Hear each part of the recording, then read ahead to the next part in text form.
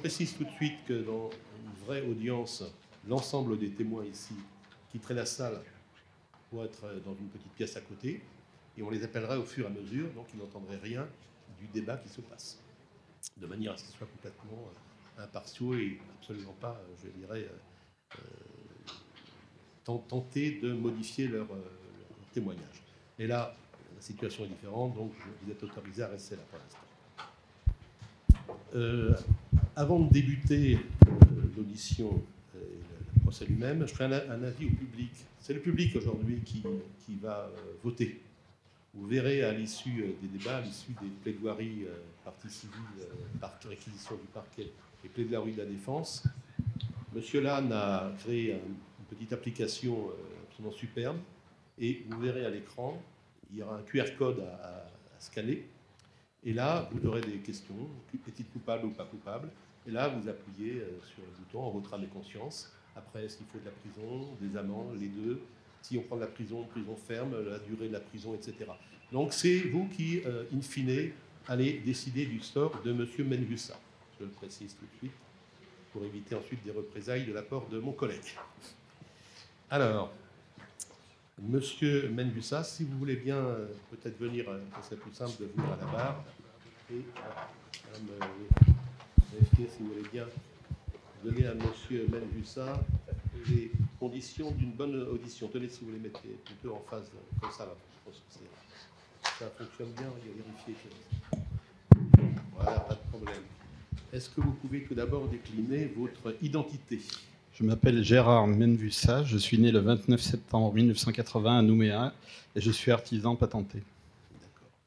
Alors, Monsieur Menvussa, avant qu'on continue le débat, je vous donne l'avertissement prévu par la loi, selon lequel vous avez la possibilité de vous taire et de ne pas répondre aux questions. Vous pouvez également, bien sûr, y répondre. Avant d'aborder les faits qui vous sont reprochés, je note que vous avez un BEP et un CAP chaudronnerie. C'est ça. Vous avez donc fait des études et vous n'avez pas poursuivi. Pour quel motif? Eh bien, c'était compliqué à l'époque. J'avais d'autres projets. Et j'ai fait aussi, j'ai travaillé dans le placo, dans différents trucs, et j'ai pas poursuivi. D'accord. Quelle est votre situation familiale actuelle? Actuellement, je suis toujours marié, j'ai 3 enfants. D'accord. Et notez que alors là aussi, je précise à l'attention du public, on a des dossiers qui sont un petit peu anciens, mais on s'en tient aux dates qui sont précisées dans les dossiers. Hein. On ne va pas actualiser. Donc 3 enfants, 10 ans, 8 ans, 5 ans. C'est ça. Je note que vous êtes en couple avec Madame Copter depuis 2004, mais que vous êtes marié en 2014. Oui, on a préféré effectivement attendre avant de se marier. Oui. Actuellement, quel est votre... Alors, je note artisan en bâtiment demeurant La Foi. C'est ça. C'est toujours ça. Vous habitez toujours La Foi ou bien... Oui, toujours La Foi. Vous avez du mal à vous trouver par moment? Oui, ben, vous savez, ici, les adresses, c'est compliqué. Et puis, comme effectivement, il y a eu des problèmes dans le couple, ça n'a pas toujours été facile. Alors, je note également que bon, il n'y a pas de casier judiciaire, qui serait en soi une obligation de renvoi d'ailleurs. Je vois que vous avez déjà été en prison. Oui, j'ai été incarcéré pendant plusieurs mois, entre le mois d'août et le mois d'avril, enfin le mois d'avril et le mois d'août 2014. Pour des faits de violence, apparemment. Oui, c'est marqué violence routière. Qu'est-ce qui s'est passé? Vous avez cassé les figures à un automobiliste qui allait passer vite? J'ai été jugé pour ça, de toute façon, mais c'était effectivement quelqu'un qui m'avait mis en danger et je n'ai pas apprécié. D'accord. Alors, je vois également que vous avez été condamné pour fraude au bétail. Alors, il n'y a pas d'autre explication, mais vous savez de quoi il s'agit. Fraude au bétail, c'est quoi ça? Je ne me souviens pas, Monsieur le Président. Ouais. Je note également que c'est important, ça, Monsieur Mengussa, parce que ça cadre un peu, là, pour la tribunal, votre personnalité, quoi, hein, et ce qu'on doit faire après, si jamais on vous déclare coupable des faits. Je vois que quand vous êtes... les gendarmes vous recherchent et vous trouvent en pleine action de braconnage. J'ai essayé ma lampe. Vous essayez une lampe? Je l'avais achetée il n'y a pas tellement longtemps et je faisais un coup de chasse. Ouais. Mais, enfin bon, Enfin, personne ici n'ignore qu'on n'a pas le droit de chasser la nuit, et encore moins avec des lampes. Et vous n'ignorez pas, vous êtes calédonien, vous êtes né à Nouméa, je rappelle. Mais je ne savais pas qu'on me poursuivait aussi pour usage de lampe. Non, mais sous ceci étant, c'est un cadre qui montre que, apparemment, vous n'êtes toujours pas sorti des problématiques judiciaires. C'est important, monsieur Mangussa. Je vais faire un bref rappel des faits, et après, vous vous exprimerez sur ceci. Alors, le 24 octobre 2016, Madame Copter, épouse de Mangussa, qui est donc aujourd'hui partie civile, est présentée à la brigade de gendarmerie du Pont des Français pour déposer plainte contre vous, pour des faits de viol, dont elle aurait été victime le samedi 15 octobre précédent. Je précise tout de suite à l'attention des assesseurs et du public qui va voter que cette accusation de viol, qui est du ressort d'une cour d'assises, ça ne serait pas le tribunal aujourd'hui, n'a pas été retenue par le parquet. Peut-être celui-ci nous donnera des explications. Et peut-être ce non-renvoi est fonction des contradictions entre les déclarations faites par Mme Mangussa aux gendarmes et la relation qu'elle en a faite au tiers. Et donc aujourd'hui, M. Mangussa, vous répondez uniquement devant le tribunal des faits de violence habituels sur votre épouse entre janvier 2014 et octobre 2016. Nous sommes d'accord, monsieur? J'ai compris. S'agissant des faits de violence habituels, Mme Mangussa a déclaré que les dernières violences dont elle avait été victime, mais dont je précise, après avoir relu plusieurs fois le dossier, qu'elle-même n'en a pas précisé la nature, remontait à environ 2 ans, qu'elle avait déposé plainte au commissariat de police de Rivière-Salée, plainte qu'elle avait retirée par peur de représailles de votre part, puis qu'elle avait déposé des mains courantes à la gendarmerie de Boulot-Paris et à la fois. Elle a indiqué que son mari n'avait pas comparu en justice pour ces différents faits, plaintes, mains courantes, etc. Il n'y avait pas eu apparemment de suite. Je note dans le dossier qu'il n'y a pas eu de vérification sur l'existence de ces plaintes qui auraient pu être récupérées et versées au dossier.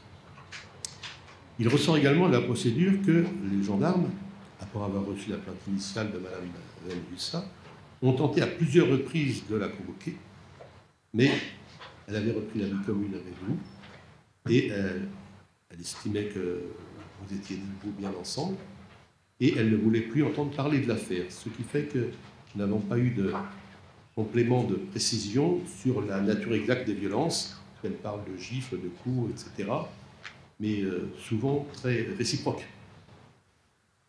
Plusieurs membres de la famille de Mme Mangussa et des amis ont été entendus, donc certains sont présents et sont témoins et seront entendus tout à l'heure. Je donnerai éventuellement lecture de ceux qui n'ont pas été cités. Alors sur ce point-là, M. Mangussa, qu'est-ce que vous avez à dire spontanément? Sur les violences? Sur les violences, oui. Ben, comme vous l'avez indiqué, c'est déjà des faits anciens. Nous, on a eu des hauts et des bas pendant quand même les 14 ans de notre vie commune. Comme vous l'avez dit aussi, c'est pas quelqu'un de facile, ma femme, hein, faut le dire. Elle a quand même été aussi impliquée dans une affaire de coup sur un membre des forces de police à Nouméa. Et depuis, après mon incarcération, j'ai arrêté de boire, je me suis rangé complètement, et tout ça va beaucoup mieux aujourd'hui. Voilà, au point où on en est. Et ceux qui viennent dire que j'étais violent, que j'étais agressif, etc., je suis absolument navré de voir ces témoignages, surtout de la part de gens auxquels j'ai rendu service, pour la plupart. Et je voudrais bien savoir ce qu'ils savent de l'intimité des couples, tous ces gens-là. Toujours est-il qu'aujourd'hui, ma femme est de nouveau avec moi, qu'on a repris la vie commune, et que tout ça, c'est derrière nous. Alors, M. Mangussa, vous n'ignorez pas, enfin, la forme, les tribunaux, malheureusement en Nouvelle-Calédonie, voient défiler des problèmes de violence conjugale, de violence également sur les enfants. Et très souvent, là aussi, violence sur l'épouse se traduisent par, je dirais, des retraits de plainte, c'est classique. Parce que les époux ont peur, les épouses ne travaillent pas, et souvent le mari est la seule planche de salut pour pouvoir continuer à vivre, même en prenant des coups, vous voyez. Vous le savez, ça, ça. Donc, elle-même a dit à l'époque, elle a retiré sa plainte, elle avait peur de vous, etc. Est-ce qu'aujourd'hui, on va l'entendre, hein, et est-ce qu'aujourd'hui, c'est pas un petit peu la même chose? Il faudra lui poser la question. Quant aux affaires des autres, je ne sais pas comment elles se passent. Moi, je suis là uniquement pour la mienne, Monsieur le Président. Alors, monsieur Manussa, dans votre déposition, vous n'avez pas contesté d'ailleurs qu'à une certaine époque, vous étiez assez violent. Oui, c'est vrai, ça je l'ai reconnu, effectivement. Aussi, tout ça. J'ai reconnu effectivement que j'étais à l'origine de violences sur ma femme, qu'il m'arrivait effectivement qu'on échange des coups et que je lui mette des baffes, oui. Oui. Je l'ai reconnu et je me suis expliqué, oui. Oui. Et vous dites qu'à votre sortie de prison, vous avez fait un effort sur vous-même pour faire en sorte que ça ne se reproduise plus. Oui, effectivement, ça a été pour moi quelque chose de très difficile ce moment-là. J'ai effectivement cru que j'allais tout perdre et ça a été très compliqué. Oui. Mais en même temps, vous avez reconnu, devant les gendarmes, que malgré ça, il arrivait, peut-être parce que, comme vous dites, elle n'a pas un caractère facile, que vous ayez été amené à lui donner de temps en temps des gifles ou des coups. Il y a quand même des témoins qui l'ont vu avec des bleus, avec des cocards. Oui, oui, c'est vrai. Ça a pu arriver, ça. Ça a pu arriver. Mais après, sur les 2 ans qu'on me reproche, je suis incapable de vous dire quoi, comment. Y a-t-il des questions pour la partie civile, pour le ministère public, pour la défense? Pas pour l'instant. Vous asseoir à côté de votre avocate, alors, nous allons entendre maintenant les témoins. On va d'abord entendre la partie civile. Donc, Madame Copter, si vous voulez bien venir à la barre également.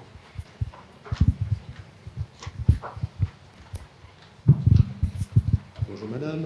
Bonjour. Alors, vous pouvez indiquer votre nom, prénom, s'il vous plaît. Je m'appelle Aurélie Copter. Je suis née le 11 décembre 1986 et je n'exerce aucune profession. D'accord. Vous avez des enfants, Madame Copter? Oui, j'en ai 3 avec mon mari. D'accord.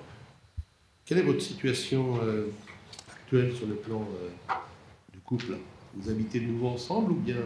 Oui, j'habite toujours avec mon mari et mes enfants. Et comment ça se passe?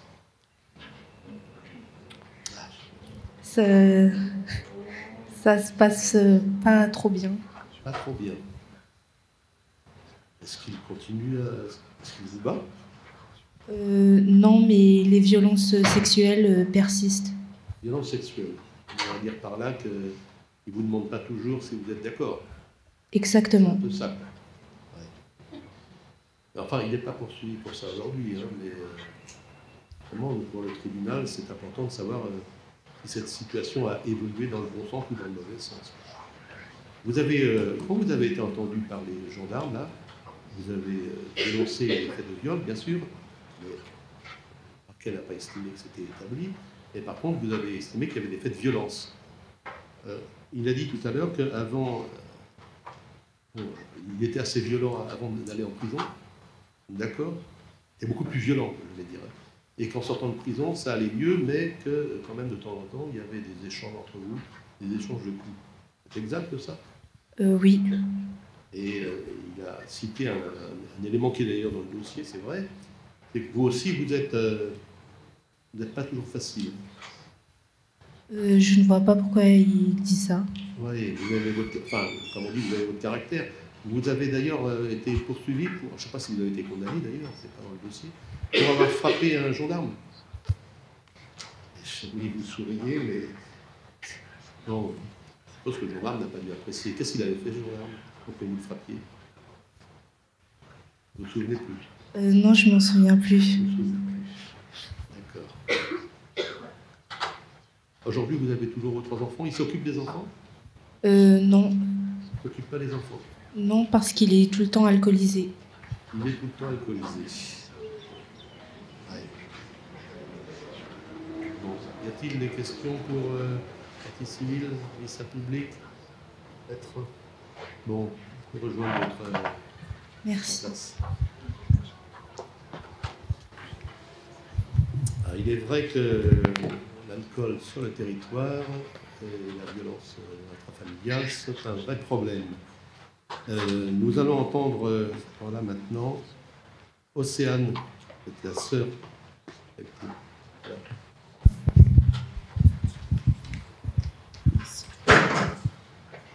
Alors,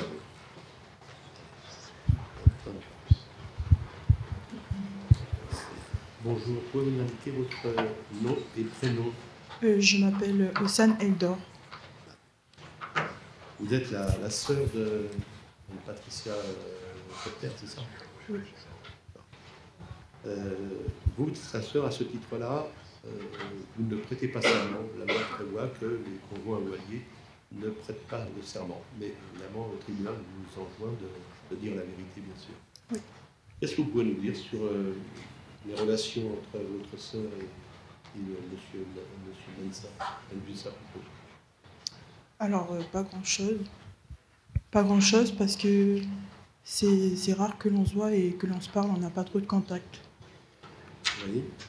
Donc je ne pourrais pas vous dire les relations qu'ils ont entre eux. Vous n'avez jamais été témoin de violence entre eux, là? Si. Je l'ai vu une fois tirer les cheveux de ma sœur. Je l'ai arrêté de suite. Après, j'ai jamais rien vu d'autre. Sans plus d'effets rapportés. Alors, vous êtes, oui. C'est...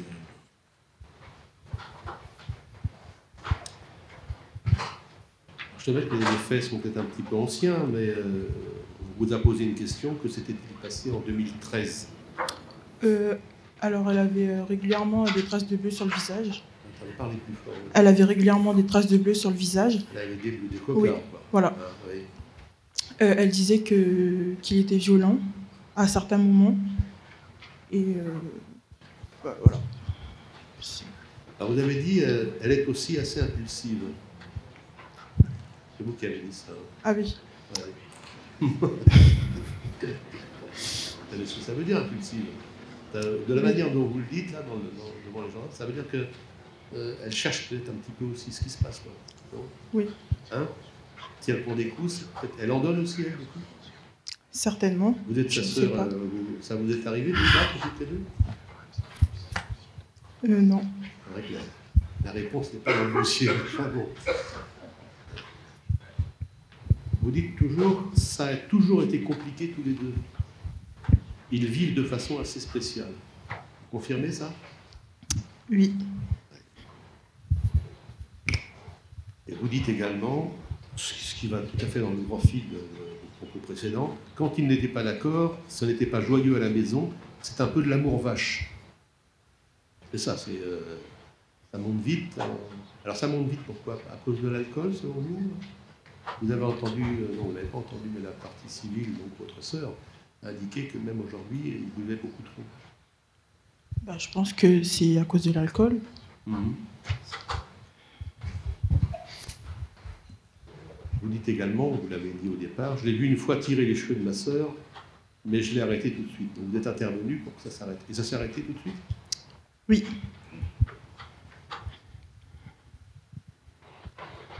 Après, sur le reste, vous dites qu'il y a eu beaucoup d'éléments rapportés. Ce n'est pas des trucs que vous avez vus vous-même. Vous avez dit également, je les hébergeais une semaine quand il était sorti de prison. Vous habitez où? Vous habitez au Mont-d'Or? Oui. Hein? Et vous êtes marié vous-même? Je suis divorcée. Ouais. Et à l'époque, donc, c'était chez vous qui étaient venus oui. ensemble, avec les enfants? Vous ne vous souvenez plus? Oui, je ne me souviens plus. Oui, je pense. Hein. Et vous avez dit, je l'ai hébergé une semaine. Ma sœur m'avait dit que ça se passait mieux, qu'il n'était plus violent. Oui, c'est ce qu'elle m'avait dit. Hein? Vous dites également, il a toujours été agréable avec moi. À l'époque où l'on se voyait, on avait parlé des violences. Il me disait qu'il ne les voulait pas, mais c'était plus fort que lui. Il essayait de s'arranger. Vous confirmez ces propos? Oui, je confirme. D'accord. Y a-t-il des questions pour la partie civile, pour le parquet, pour la défense? D'accord. Vous avez une question, là? Oui?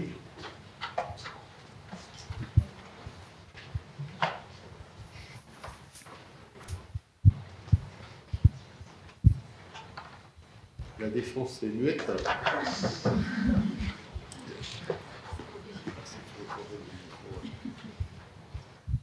Peut-être, voilà.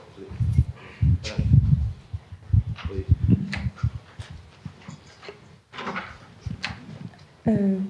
Je voudrais savoir si Madame Aurélie Copté consommait régulièrement de l'alcool. La question était posée, c'est Madame Océane, hein. Oui. Oui. Vous avez dit Aurélie. Oui, pardon. Oui, Océane. c'est pour savoir si Madame Aurélie Copté, votre sœur, consommait régulièrement de l'alcool en votre présence. Non.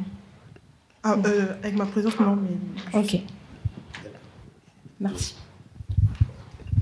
Bon, s'il n'y a pas d'autres questions, madame, voilà, et vous pouvez vous asseoir.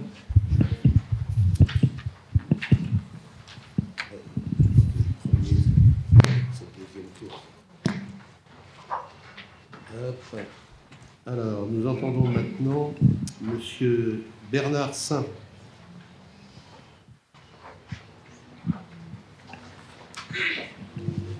Alors, bonjour monsieur, pouvez-vous m'indiquer votre nom et votre prénom? Je suis Saint-Bernard. D'accord. Il manque l'auréole, monsieur. Alors, monsieur Saint, vous n'avez pas de lien de parenté avec le prévenu, monsieur Mengussa? Non, je n'ai pas de lien de Apparemment, parenté. vous êtes simplement un ami. Oui. Vous étiez un ami. D'accord, donc vous allez prêter serment. Vous prêtez serment de dire la vérité, toute la vérité. Vous levez la main et vous dites « je le jure ». Je le jure. Alors, monsieur Saint, qu'est-ce que vous pouvez nous dire sur les violences, les faits dont vous avez vous-même été témoin personnel? Je ne suis que locataire. Ils habitaient derrière chez moi.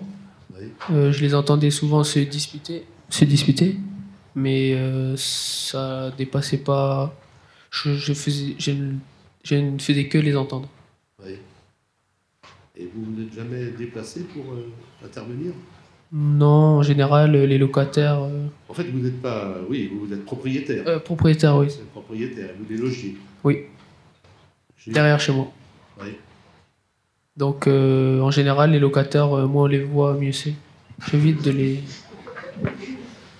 voir. Vous êtes franc, monsieur Saint.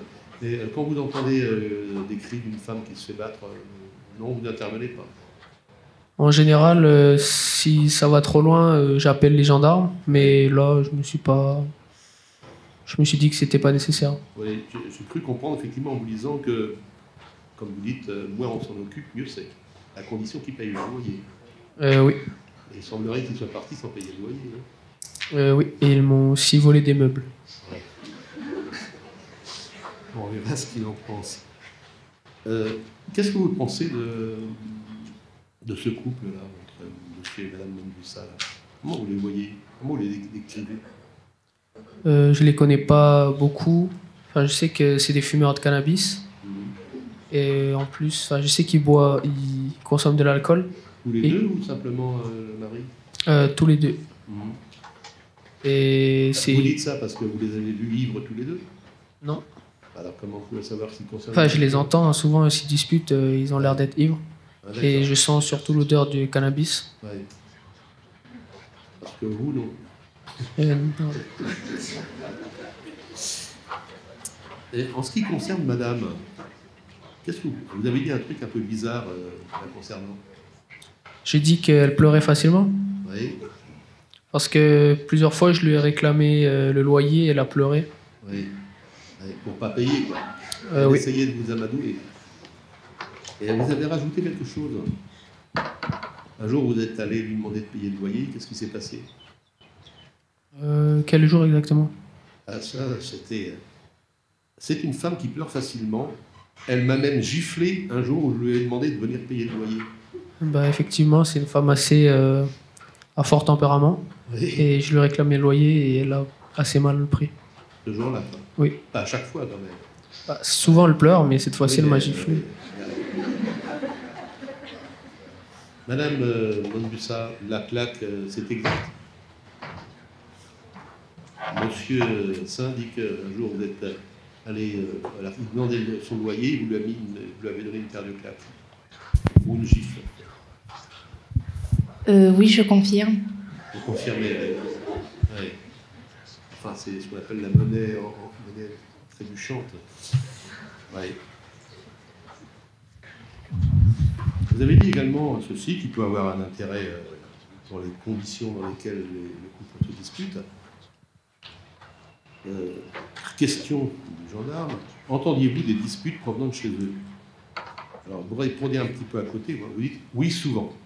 Et puis après vous dites il y a des va-et-vient, un métis kanak qui venait, il s'embrassait sur la bouche avec la femme.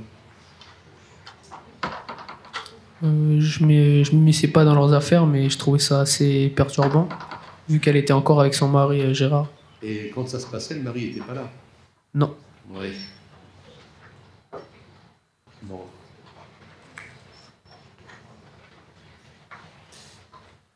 On vous a aussi demandé si vous aviez vu des traces de coups. Et vous avez dit, j'ai vu qu'elle avait des bleus des fois. C'est exact ça? Elle Oui. avait des bleus. Oui. Et vous rajoutez tout de suite dans la foulée, non, c'est... Mais les femmes, elles se cognent parfois. Vous avez bien dit ça, monsieur? Oui, je confirme. Oui. Mais je ne suis pas sûr que toutes les femmes qui ont des bleus se cognent.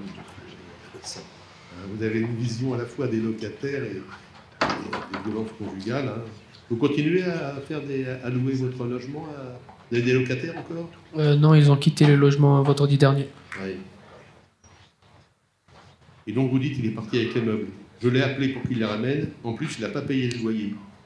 C'est un peu grave quand même. Voilà, je suis d'accord avec vous. On a constaté des fois qu'un autre jeune venait aussi. Elle partait aussi avec lui en laissant les enfants. Donc c'est encore un autre homme qui je ne me rappelle plus trop, mais je pense que c'est un autre homme. Ouais.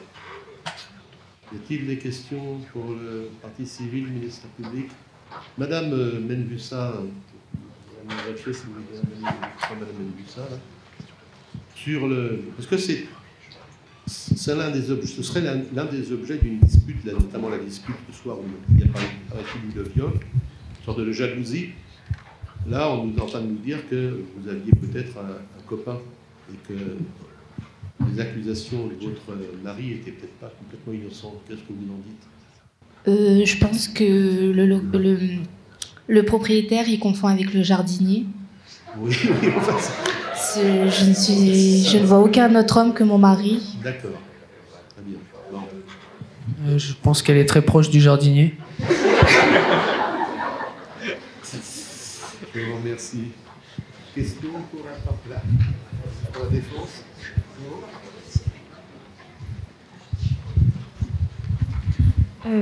Du coup, je n'ai pas de questions après ce témoignage. Merci. D'accord. Bon, il faut se méfier des jardiniers. Dans tous les bons romans, il y a toujours le jardinier qui est là. Tenez, Madame la Lafayette, reprendre le dossier. Bon, Monsieur Saint, vous pouvez rejoindre votre place. Nous entendons maintenant Madame Alexandra. Bon, vous allez bien.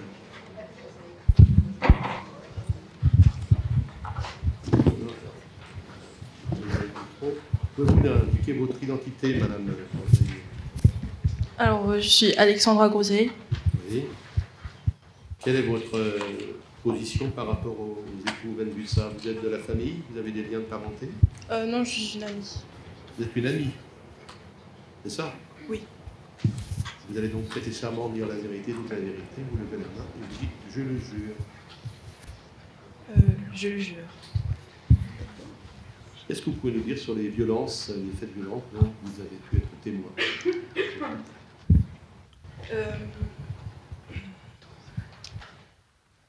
Elle me disait qu'il l'a frappée souvent. Et une fois, j'étais à Bleu Paris.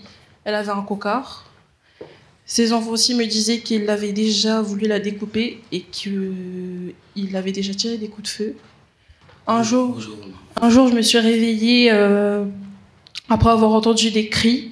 Et les enfants couraient dans le jardin. Lui, il sortait et il disait qu'il allait la découper en parlant de sa petite fille de 4 ans. Et je l'ai déjà vu donner des claques et des coups de poing à Aurélie. Et même parfois, il l'a menacée avec un sabre. Alors ça, c'était... Vous savez que vous êtes amie avec Madame Cocter. Oui. Il y a eu avant et après la prison, quoi, 2014 et avant, et puis la suite. Là. Les faits dont vous parlez sont des faits qui sont postérieurs. Il avait déjà été en prison, il était sorti de prison, vous ne vous souvenez plus? Vous habitez le Mont d'Or, là. Oui. C'est à l'époque où donc il était sorti de prison. Il était venu habiter chez Oui, M. en Sa. octobre et septembre 2016. C'est ça, hein, d'accord. Octobre 2016, c'est ce qu'il indiquait. Et les faits dont vous parlez, ça, c'est des faits qui sont de cette période-là. Oui. Oui. Alors, vous indiquez d'ailleurs qu'à un moment donné, ils habitaient à la coulée, sous une tente. Vous vous souvenez peut-être pas. Non, je me souviens. Effectivement, c'est pas une situation très... avec 3 enfants en plus, habiter sous une tente, parce qu'il y avait eu un conflit, d'après ce que j'ai lu, avec la belle-mère de la mère. Et donc là, il était venu habiter chez M. Sa. Alors, voilà ce que vous dites. Hein. J'ai assisté à des scènes de violence. Je sais qu'un jour, il y aura un drame. Vous le pensez toujours, ça? Oui, parce qu'il est très violent. La plupart du temps où j'étais présent avec eux, il était violent avec Aurélie. Il disait également que quand il était à la coulée, il y a eu des soucis car beaucoup de violence entre eux. Mon quartier est tranquille et des voisins ont même pensé que je me faisais battre par mon mari. Donc c'est vous qui...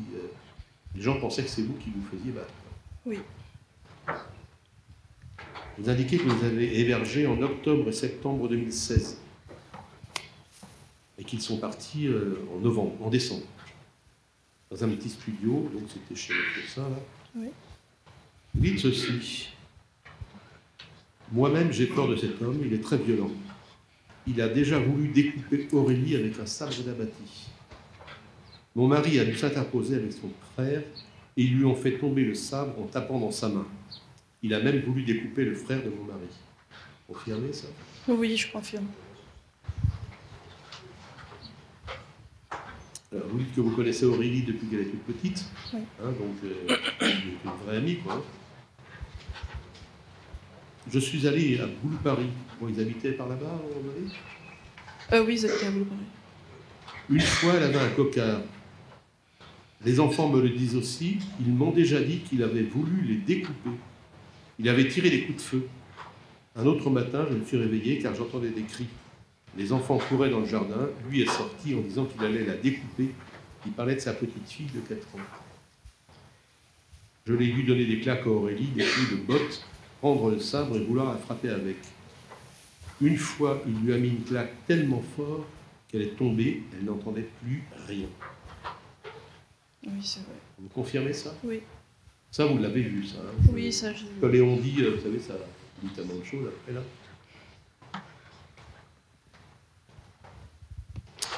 Le gendarme demande si les violences, etc. Alors, elle dit ceci. Il les tape. Alors, vous parlez de violence sur les enfants. Oui. Alors, même si ce n'est pas dans la prévention, le tribunal est quand même intéressé par vos réponses. Avez-vous connaissance de violences commises sur les enfants? Vous dites oui, il les tape comme des hommes. Des coups de poing, des baffes dans la figure, toujours au visage. Il y a Eddie 9 ans, Joé 6 ans, Lana 5 ans. Il leur dit, je cite, « Je vais vous péter, bande d'enculés ». Quand il parle à sa femme dans la vie de tous les jours, c'est « Oh, chienne, petite conne ». Les enfants sont toujours présents. Vous confirmez ça? Oui, je confirme. Et même... Vous aurez la parole après, monsieur Mengussa. Les positions sont quand même assez étonnantes. Il faisait ça devant vous et vous dites « Oui, même devant votre mari ». Lui, il faisait les gros yeux en me regardant, car Gérard, on ne lui dit jamais rien. Il se vexe de suite et devient violent. Envers moi aussi, il a voulu me frapper. C'est Aurélie qui lui a sauté dessus, on était en voiture, il y a 4 ans de ça. J'étais derrière eux en voiture, je les ai vus s'arrêter, il la frappait dans la voiture, elle avait une grande trace sur la lèvre. Je pensais même qu'il lui avait cassé les dents. Donc vous vous arrêtez, vous allez aller, et à ce moment-là, il vous a sauté dessus plus ou moins. Et à ce moment-là, c'est Aurélie qui m'a défendu.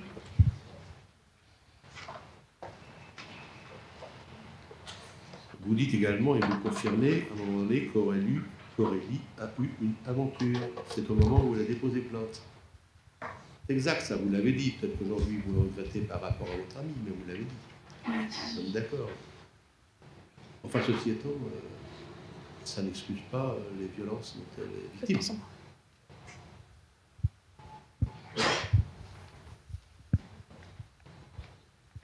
dites également, alors il faut espérer qu'aujourd'hui, comme il l'indique, il a un peu modifié sa position, même quand elle était enceinte, il l'a frappée. Elle avait 16 ou 17 ans, ça c'est au début de leur relation. C'est pas dans la prévention, mais il était très violent dès le début, quoi. Oui, depuis que je l'ai connu.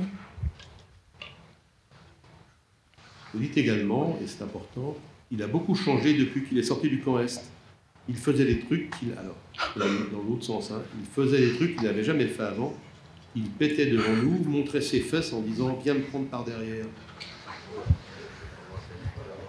M'excuse de la crudité des mots, du public, mais c'est exact ça? Oui.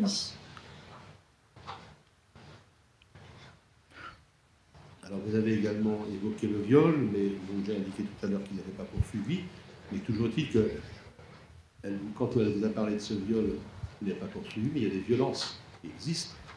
Vous avez indiqué, vous lui aviez demandé, elle vous a dit, il m'a griffé, etc. Vous lui avez demandé de baisser son short. Elle était toute griffée sous le nombril, sur le haut des jambes, des bleus également. C'est exact? Oui.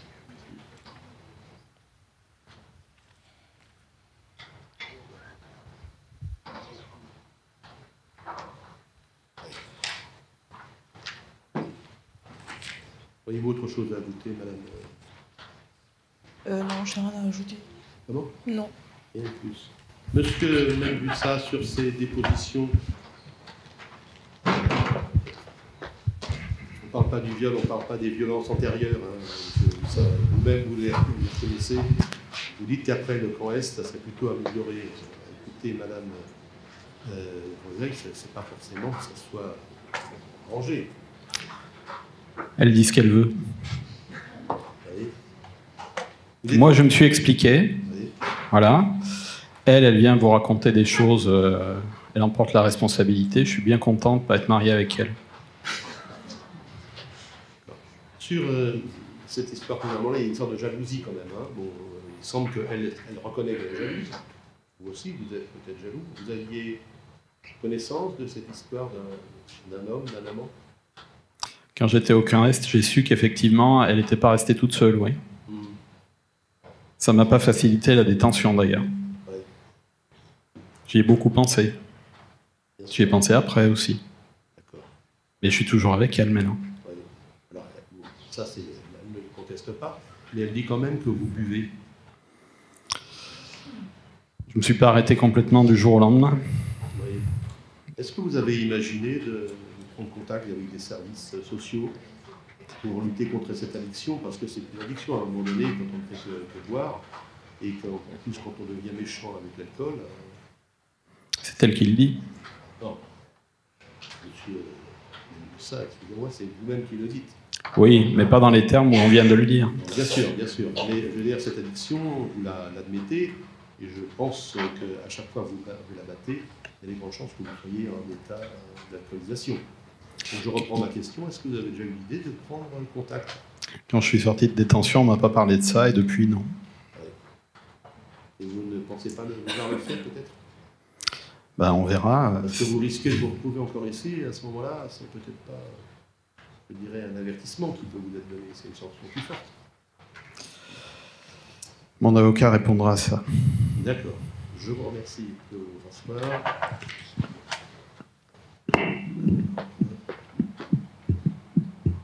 On va quand même entendre quelques témoins. On va entendre madame la mère de la victime, madame Sandra. Bonjour. Bonjour, Alors, est-ce que vous pouvez vous indiquer votre nom? je m'appelle Sandra Eldor. Voilà. Quel est votre lien avec Je suis la mère de la victime. la mère, différence d'âge, la vie très jeune? Oui. Bon, compte tenu de votre lien de parenté, vous êtes dispensé de prêter serment. Qu'est-ce que vous pouvez nous dire sur les violences dont vous avez vous-même été témoin, bien sûr? Que Léon dit, tout le monde a dû vous en raconter. Oui. Est-ce que vous avez vu vous-même? Alors moi j'ai été témoin de beaucoup de violences conjugales plutôt, de propos verbaux, donc beaucoup d'insultes de la part de Monsieur Menbussa envers ma fille. Il est très irrespectueux avec elle. Concernant les violences physiques, j'y ai pas assisté directement, mais j'ai vu des photos par le biais de ma fille. Oui, enfin bon. peut y avoir des photos également là-dedans. Et ça, c'est plutôt des violences verbales. Oui, beaucoup. Pouvez-vous nous donner quelques exemples de ces violences verbales? Il lui a dit, et j'ai assisté ouvertement, qu'il serait capable de tuer les enfants d'abord pour qu'elles souffrent, puis qu'il la tuerait elle, et finalement, pour ne pas retourner en prison, il se suiciderait lui-même. Et qu'est-ce qu'elle vous a dit elle-même, votre fille, sur ces violences? Elle est souvent sous le choc. Quand je lui parle, des fois, elle n'ose pas me dire les choses parce qu'elle a honte ou qu'elle se sent humiliée. Et souvent, elle pleure dans mes bras. Alors, vous avez indiqué qu'elle vous avait montré... elle m'a dit qu'elle se faisait battre un coup de bois de gaillac sur le dos et les jambes et devant les enfants. Oui. Vous avez dit, j'ai vu des photos de blessures, mais Aurélie ne les a plus. Oui. Elle avait fait elle-même des photos de ses blessures. Oui, pour me les envoyer. Ouais. Vous avez indiqué, je connais très bien ma fille, si elle le dit, c'est que c'est la vérité. Oui. Pour enfoncer le clou, son mari a dit ouvertement qu'il allait tuer les enfants d'abord pour qu'elle en souffre. C'est ce que vous venez de dire à l'instant. Je pense que cet homme est tout à fait capable de mettre à exécution ses paroles. Oui. Ouais. En même temps, ils se sont remis ensemble. Oui. Qu'est-ce que vous en pensez? Je pense qu'elle est amoureuse tout de même. Et que malgré le mal qu'il lui fait, elle arrive à trouver des bons côtés, même si c'est toxique pour elle. Oui. Concernant les violences sur les enfants ou les menaces sur les enfants, oui. Vous n'en avez pas entendu parler de ça aussi? Du coup, elle m'en avait parlé et j'avais assisté à cette phrase. Il les menaçait de mort. C'était quand même un petit peu choquant. Vous, en tant que grand-mère, vous êtes quand même un peu concernée, quoi. Oui. Vous les voyez régulièrement, les enfants? Alors oui, parce que pendant un moment, on vivait tous chez ma belle-mère. Oui. Donc ils étaient dans le jardin sous une toile de tente. Oui. Mais ils bougent beaucoup avec leurs disputes et tout. Et donc ça dépend d'où ils se trouvent. Quand ils sont à la fois, je les vois moins. Et s'ils sont sur Nouméa... Il n'y a pas de questions à poser pour la défense non. Madame la tribunal vous remercie. Compte tenu de l'heure qui avance, nous n'entendrons pas d'autres personnes dont les citations, comme je l'ai indiqué, prêtaient à la discussion. Je suis désolé pour vous. Monsieur Menboussa, est-ce que vous avez quelque chose d'autre à ajouter à l'issue de cette...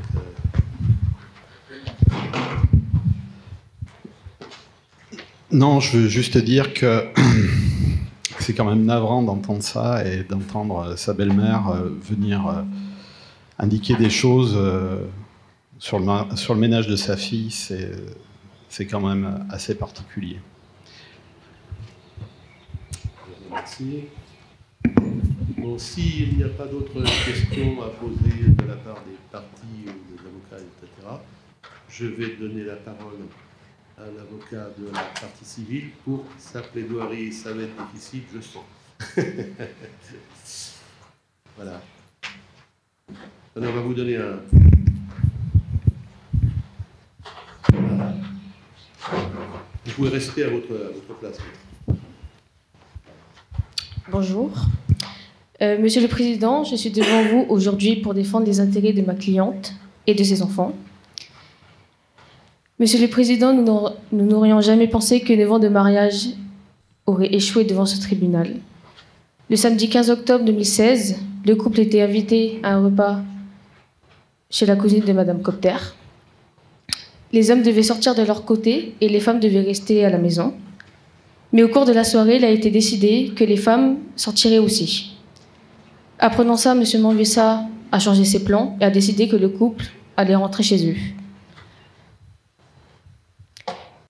Une fois dans la voiture, il a commencé à parler de façon violente à son épouse, en la traitant entre autres de pute et de se faire tringler. Malgré les protestations de ma cliente, il a continué à l'humilier et verbalement. Selon ma cliente, pour son mari, M. Manvessa, un acte simple, comme sortir entre copines, n'a forcément une signification, rencontrer des hommes pour avoir une aventure. La conception des rencontres hommes-femmes pour M. Manvessa est visiblement déformée. car pour M. Manvussa, une soirée entre filles n'existe pas. Pour faire suite à ces violences verbales, il aurait même voulu laisser ma cliente en bordure de route, comme un animal abandonné. Car c'est de cela qu'il s'agit, un rapport de possession qui met ma cliente au même niveau qu'un objet, un animal sur lequel on peut se défouler et abandonner, quand il ne reflète pas l'image qu'on voudrait se donner. Une fois arrivée chez eux, Madame Copter se couche directement. Monsieur Manvussa demande s'ils allaient faire l'amour. Elle lui répond que non, elle est fatiguée. À ce moment-là, il a saisi fortement les côtes et il se colle à elle en lui disant « Tu aurais préféré que ce soit des autres mecs ». Elle le pousse en lui disant d'arrêter et de dire n'importe quoi. Il se lève et la retourne brutalement sur le dos en arrachant son pantalon.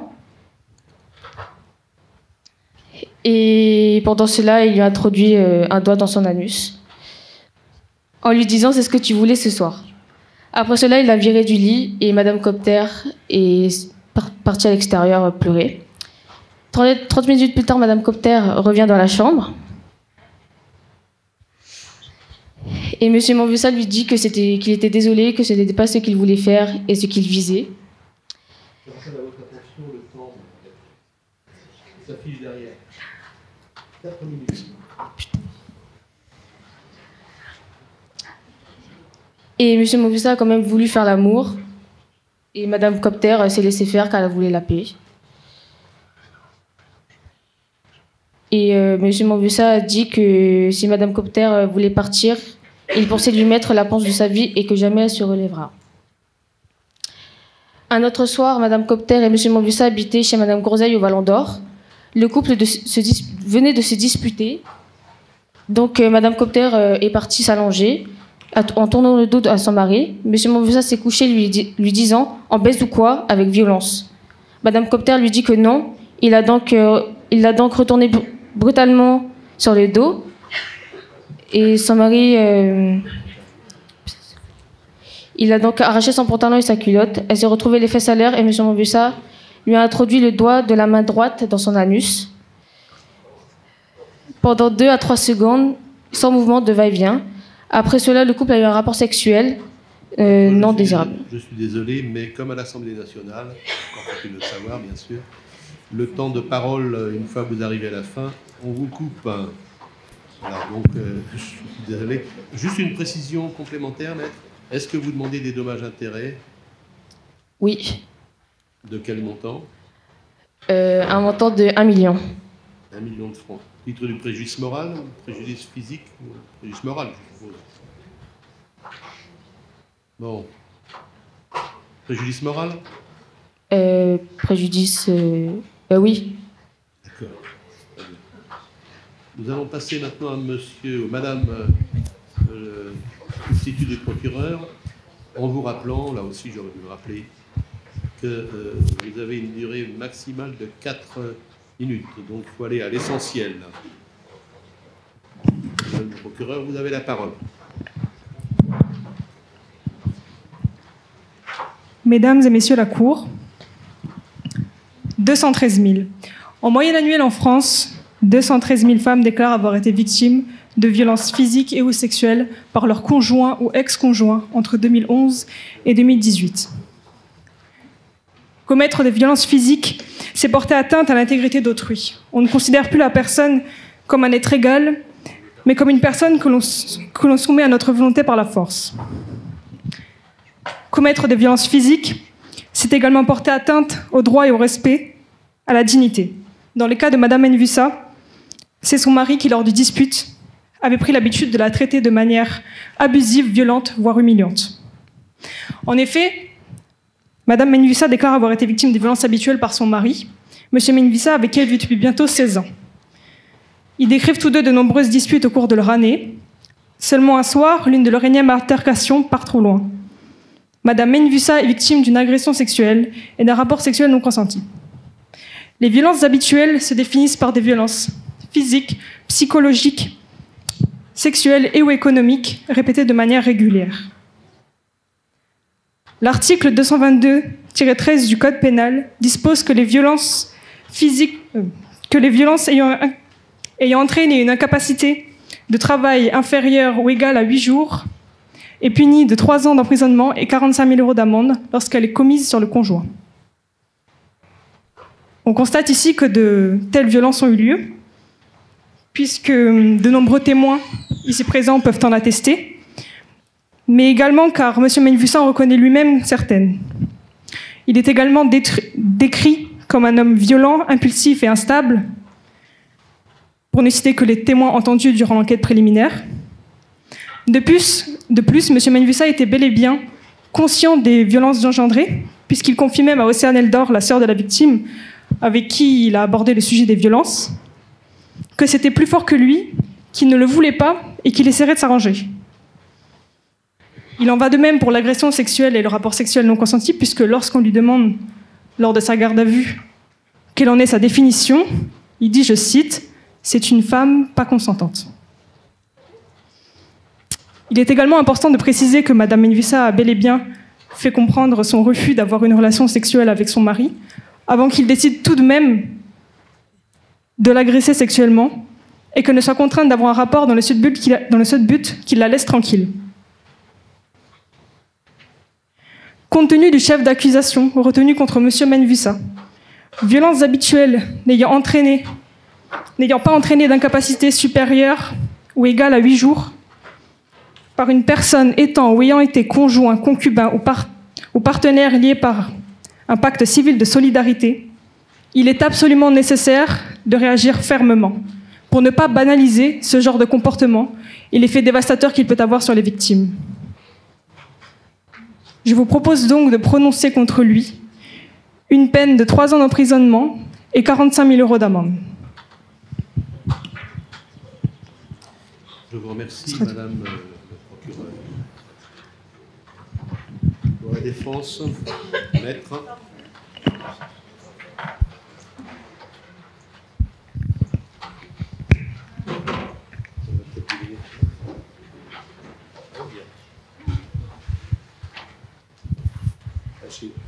Peut-être que si l'autre micro fonctionne mieux, je ne sais pas. Il n'y a pas de problème. Non, c'est bon. Vous avez la parole. Monsieur le procureur. Vous aurez quelques secondes de plus, donc ne bougez pas. Monsieur le procureur, mesdames et messieurs les membres du tribunal, j'aimerais que tout d'abord qu'on revienne au dossier. Donc, mon client, monsieur Menvusa, est accusé d'avoir commis des violences conjugales ainsi qu'un viol sur sa conjointe. Il se tient devant vous et reconnaît les faits qui lui sont reprochés. Donc, certes, son casier judiciaire ne plaide pas en sa faveur. Mais ne trouvez-vous pas qu'il y a donc une incohérence entre le témoignage de Madame Alexandra Groseille et celui de la victime, puisque d'après le témoignage de Madame Alexandra Groseille, qui dit que la victime lui a elle-même dit avoir reçu une pénétration, cette fois-ci avec le sexe dans son mari et non pas avec un doigt, comme elle le prétend ici au tribunal. Donc, pourquoi ne raconte-t-elle pas les mêmes faits elle ne raconte-t-elle pas les mêmes faits devant le tribunal? Ensuite, ne serait-ce pas plus judicieux de raconter ici devant la justice les faits qu'elle a établis et décrits donc à sa cousine? Mon client passe ici pour une personne ayant commis un viol. Or, le fait que cette affaire soit correctionnalisée démontre bien que cette infraction n'est pas vraiment caractérisée. Sinon, mon client comparaîtrait devant les jurys populaires de la cour d'assises. Ensuite, le mot viol, selon moi, est un bien grand mot, puisque suite à l'acte commis par M. Menvusa, qui est selon la victime un acte non consenti et non désiré par Madame, quand bien même ce serait un viol, puisque expliquez-moi comment après un acte déplacé, et je précise non volontaire de la victime, mon client comment peut-elle accepter de recommencer l'acte sexuel avec monsieur? Comment expliquer? Puisque si cela l'avait affecté, était vraiment un acte non consenti, Madame Aurélie n'aurait en aucun cas accepté, voire même aurait bien évidemment refusé de recommencer cet acte. Donc n'oubliez pas que Madame Aurélie a donc eu le droit d'être examinée par un médecin Or, le 8 août 2017, elle refuse d'être examinée par celui-ci. Donc pourquoi elle fait cela? Puisque ça aurait pu être une preuve et un appui indispensable afin de prouver justement ce viol dont elle a subi. Donc comment on peut reprocher un acte aussi grave à mon client et ne pas aller le faire constater par un médecin et pas déposer plainte immédiatement pour viol? Ensuite, au sein du foyer, c'est donc le seul à travailler. Madame n'a pas de travail fixe. C'est le seul à payer donc le loyer. Il a une situation qui est difficile. Donc là, bien évidemment, il se tient devant vous et assume les faits dont il a commis envers sa conjointe. Il est toujours avec elle malgré le fait que les violences ont été commises. Et il les reconnaît, il est désolé et à chaque fois les violences ont été bien évidemment commises sous emprise d'alcool, mais selon un témoignage, elle aussi en prenait et était cannabisée, donc ce serait peut-être quelque chose à en revoir, pardon. Et donc je vous demande, monsieur, mesdames, les membres du tribunal, au vu des éléments de ce dossier et des débats de ce jour, je vous demande de ne pas retenir le chef d'accusation de viol et de prononcer une peine adaptée pour les violences conjugales reconnues par mon client, qu'il regrette profondément et qu'il s'engage à suivre une thérapie pour régler ce problème, ainsi que l'alcoolémie, et d'être suivi pour les violences dont il a commis. Merci. Merci, maître. Monsieur Menbussa, vous avez la parole en dernier. Est-ce que vous avez quelque chose à ajouter après la plaidoirie de votre conseil? Non, monsieur le président. Non. Je vous remercie. Nous allons donc passer maintenant à la décision. Donc, ceux qui, avec votre téléphone portable, là, vous mettez en position de scanner le QR code. Et vous allez suivre le mode d'emploi. Vous pouvez également le faire.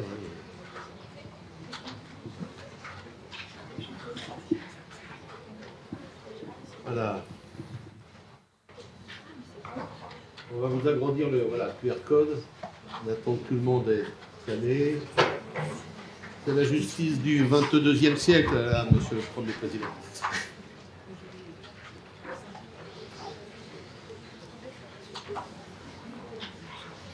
Alors,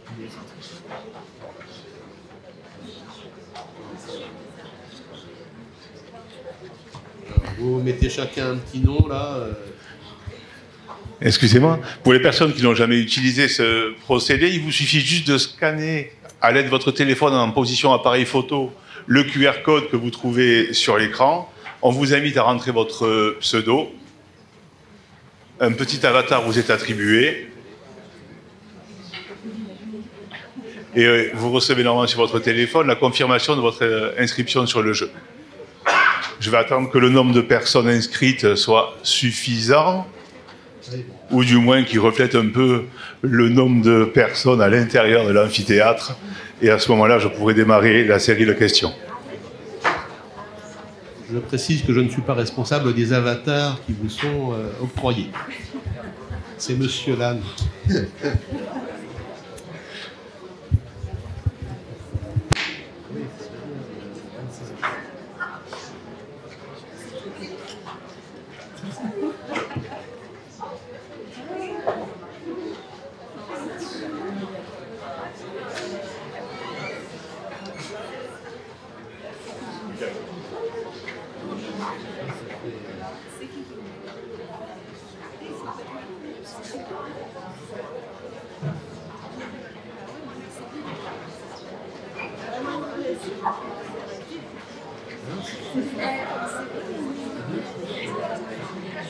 Ça. Apparemment, il y a encore quelques retardataires.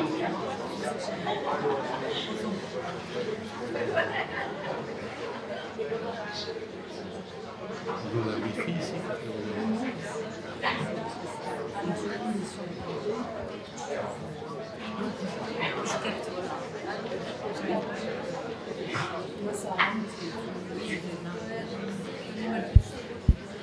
Quelqu'un rencontre des difficultés? Vous pensez que nous pouvons commencer maintenant? Qu'on en finisse? Bon. Et ça, et encore. Voilà, ça serait bien, 50, oui. Bon. S'il n'y a pas d'autres... 50, ça me paraît bien. Voilà, ça me paraît bien. On peut commencer, monsieur Lannes. Voilà.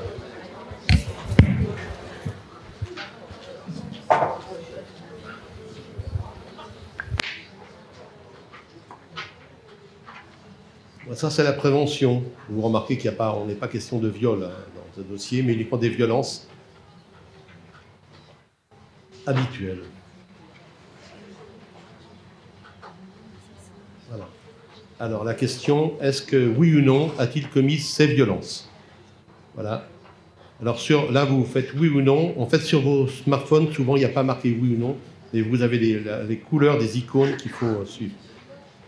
Vous avez 30 secondes pour répondre. Il ne reste plus que 17 secondes. Non, il y a déjà 65 réponses avec 40 inscrits. Bon, on n'a pas le droit de répondre. Bon, attention. Voilà, c'est terminé. Donc nous avons 62 réponses coupables et on a 7 non coupables.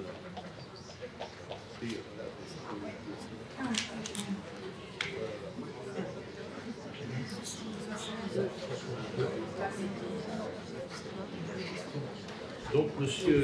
Menvoussa est déclaré coupable. La deuxième question sera posée sur la nature de la peine que vous voulez mettre à M. Menvoussa. Vous avez le choix entre un emprisonnement, qui est prévu par le texte, je rappelle c'est 3 ans d'emprisonnement maximum, une amende, ou bien une peine et une peine d'emprisonnement et une peine d'amende. Les deux, vous avez 3 choix.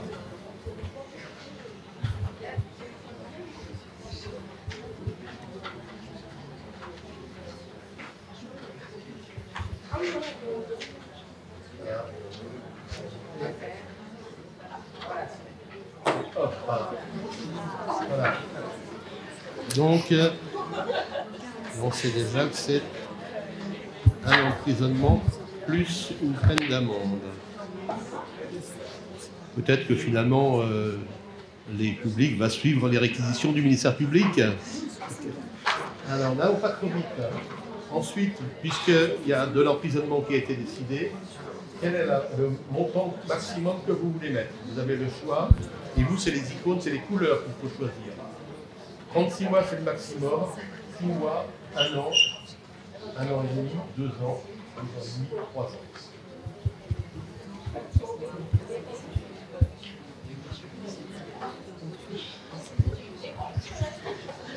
C'est la durée de l'emprisonnement, ça ne veut pas dire que l'emprisonnement est ferme pour le tout. Et voilà, c'est fini. Donc, voilà, très clairement,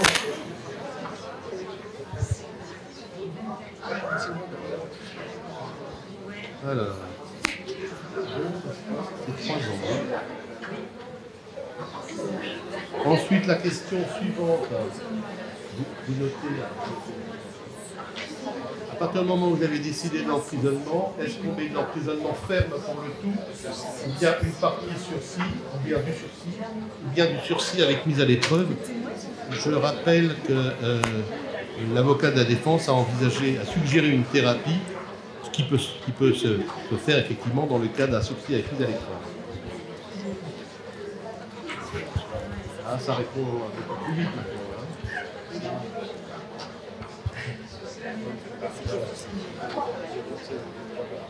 Et voilà. Alors, donc, si c'est la prison ferme, ce sera de la prison ferme. Voilà.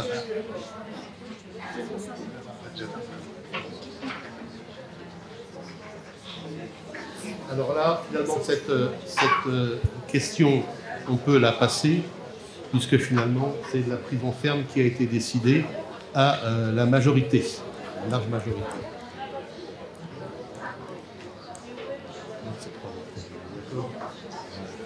Donc, monsieur Menvoussa, si vous voulez bien vous lever, le tribunal après en avoir délibéré, vous condamne à 3 ans d'emprisonnement ferme. Vous verrez avec le juge d'application des peines dans quelles conditions vous serez amené à exécuter cette peine-là.